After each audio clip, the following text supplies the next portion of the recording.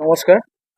আজিৰ এই শুভ মুহূৰ্তত আপোনালোকক জনাবলৈ পাই সুখী হৈছোঁ যে কংগ্ৰেছ দলৰ নীতি আৰু আদৰ্শৰ প্ৰতি শৰণাপন্ন হৈ আমাৰ কোকৰাঝাৰ জিলাৰ পৰা আমাৰ UPPL-ৰ BPF-ৰ বিজেপি OBC চেলৰ এপছুৰ পৰা আৰু বিভিন্ন দলৰ পৰা আমাৰ বহুতো কৰ্মী আজি কংগ্ৰেছ দলত যোগদান কৰে আৰু তেওঁলোকক আমি আগুৱাই ৰাখিছোঁ আৰু তেওঁলোকক লগত লৈ পেলাই আগন্তুক বিটিআৰ নিৰ্বাচনত আমি বিটিআৰ দখল কৰিবলৈ পণ কৰিছোঁ। আজিৰ মিটিংখন আমি এটা অৰ্গানাইজেশ্যনেল ৰিভিউৰ কাৰণে বহিছিল। ইয়াতে হঠাৎ এপছৰ ল'ৰাসকল, BPF-ৰ ল'ৰাসকল, UPPৰ ল'ৰাসকল, BJPৰ ল'ৰাসকল কংগ্ৰেছক ভাল পাই যোগদান দিছে। এইটো এটা আকৰ্ষণিক। আজিৰ তাৰিখত কংগ্ৰেছ জিকাও নাই, ছেকেণ্ড নাম্বাৰো নাই, 3 নম্বৰতহে আছে। কিন্তু কথাটো ইয়াতে ভাবিব লগা কথা যে ছবি জ্ঞাত যে BPF কোন পদলৈ গৈ আছে, UPPৰ অৱস্থা কি। আপুনি চোৱা দুৰাণ খাব, যিদিনা দুৰাণ খাবৰ প্ৰথম মুকলি দিন হৈছে, ইয়াত BJPৰ কোনো এজন MCLA বা EM উপস্থিত হোৱা নাই।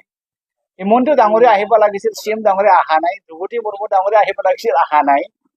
ইয়াৰ পৰা এটা ক্লিয়াৰ দিশা হৈ আছে যে আজিৰ তাৰিখত যেনেকা দেখি আছে যে UPPL আৰু BJPৰ মাজত এলায়েন্সটো একেবাৰে নাইকিয়া হৈ গৈছে। তেনে অৱস্থা ৰাইজসকলে বুজি পাইছে যে ভৱিষ্যতৰ কাৰণে UPPL থাকি আমাৰ লাভৱান নহ'ব, ভৱিষ্যতৰ কাৰণে BPF থাকি আমি লাভৱান নহ'ব। আৰু এপছৰ কথাটো আমি কি ক'ম, এপছটো ডাইৰেক্ট UPPL। এই গতিকে এপছৰ ল'ৰা বোলে এপছ থাকি কি লাভ হ'ব। এইকেইটা তেখেতে আজি যোগদান দিছোঁ, আমি খুব উৎসাহ আৰু আমি গোটেই বিটিআৰ বাকীক আমি আহ্বান কৰিছোঁ যে আপুনি দলে বলে আহক। দিল্লীত ইণ্ডিয়া এলায়েন্সটো বেছি দিন নাই আৰু চৰকাৰ সলনি হ'ব। আৰু অসমত আমি এইটো চাইছোঁ যে যিদিনা দুৰাণ খাবত হেৰি হৈছে, সেইদিনা বোলে BPF-ৰ ঠেকাবিলাক, UPPL-ৰ ঠেকাবিলাক BJPত বোলে যোগদান দিছে 400 মানুহ। ইয়াৰ পৰা এটা সিগনেল যে হিমন্ত ডাঙৰীয়াই, মিছলীয়া মামা ডাঙৰীয়াই এটা টাৰ্গেট লৈছে যে BTCত এইবাৰ UPPক ঠিক কৰি পেলাই নিজে 40টা সমষ্টি 40টা দখল কৰিব আৰু BTCত যদি BTR যদি তেখেত দখল কৰিব পাৰে তেনেহলে এটা ইংৰাজী 15টা MLA-টোক টাৰ্গেট কৰি আছে হিমন্ত বিশ্ব শৰ্মাই। কিন্তু এই জানা নাই যে আজিৰ তাৰিখত কংগ্ৰেছ কিমান ভিতৰি ৰুটেড হৈ আছে। গতিকে আমি আশাবাদী এবাৰ আমি BTCত কংগ্ৰেছ অকলে নহলেও কয়েকজন ইদাৰ উদাৰ নিৰ্দলীয় কেণ্ডিডেট বিলাক লৈ আমি চৰকাৰ বনামে। সঁচা কথা, কংগ্ৰেছ আইডিঅলজি এই ভাৰতবৰ্ষৰ কাৰণে খুব একেবাৰে এপ্ৰপ্ৰিয়েট। কাৰণ BJP আগৰ পৰাই তেখেত এই বামুণ সমাজৰ এটা আইডিয়া, এই লেণ্ডলৰ্ডছ ৰুল শাসন ব্ৰিটিছৰ পৰাই তেখেত সেইটো শিকি লৈছে।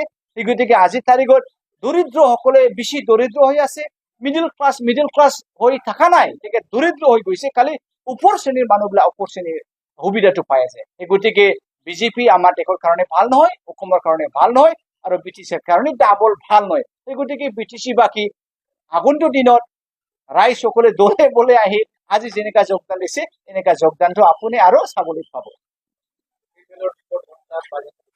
BPF-এ আগৰ পৰাই আমাক মানে মিছলীয়া কৰিছে, ধোকাবাজ কৰিছে। কংগ্ৰেছে তেখেতক সহায় কৰি পেলাই ৰহ ৰাজাৰ নিচিনা আগ্ৰামা ডাঙৰীয়ে 15 বছৰ শাসন কৰিছিল। এই যেতিয়া BJP আহিল, ফুট আমাক এৰি পেলাই BJPত গ'ল। এতিয়া কংগ্ৰেছৰ লগত এলায়েন্স কৰিবলৈ তেখেত ডাঙৰীয়ে বিচাৰিছে। আমি কেনেকা বিশ্বাস কৰিম? কথাটো সেইটোৱে। এই গতিকে BPF-ক বিশ্বাস কৰা কোনো পইণ্টে নাই। সেই গতিকে BPF-ৰ মানুহবিলাক এৰি BJP-লৈ গৈ আছে আৰু BPF-ৰ মানুহবিলাক এৰি কংগ্ৰেছ প্ৰতি আহি আছে। এই গতিকে আজিৰ তাৰিখত BPF যদি ক'বলৈ যাওঁ তেনেহলে কোনো স্থায়ী নাই। UPPL-ৰ অৱস্থা আকৌ বেয়া।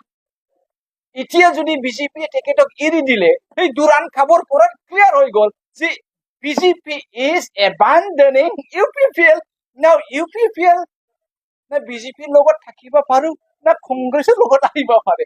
ইমান বিপদত, মানে দুটা ডাঙৰ ডাঙৰ পাথৰৰ মাজত UPPL থিয় দি আছে। Any time it can be crash. তেনে অৱস্থাত কোনো মানুহে UPPL-ত থিৰ দি থাকিব নোৱাৰিব। তেখেতসকলো লাহে লাহে কংগ্ৰেছকে এটা বিকল্প হিচাপে বাছি ল'ব বুলি মই পুৰা 100% আশা কৰোঁ।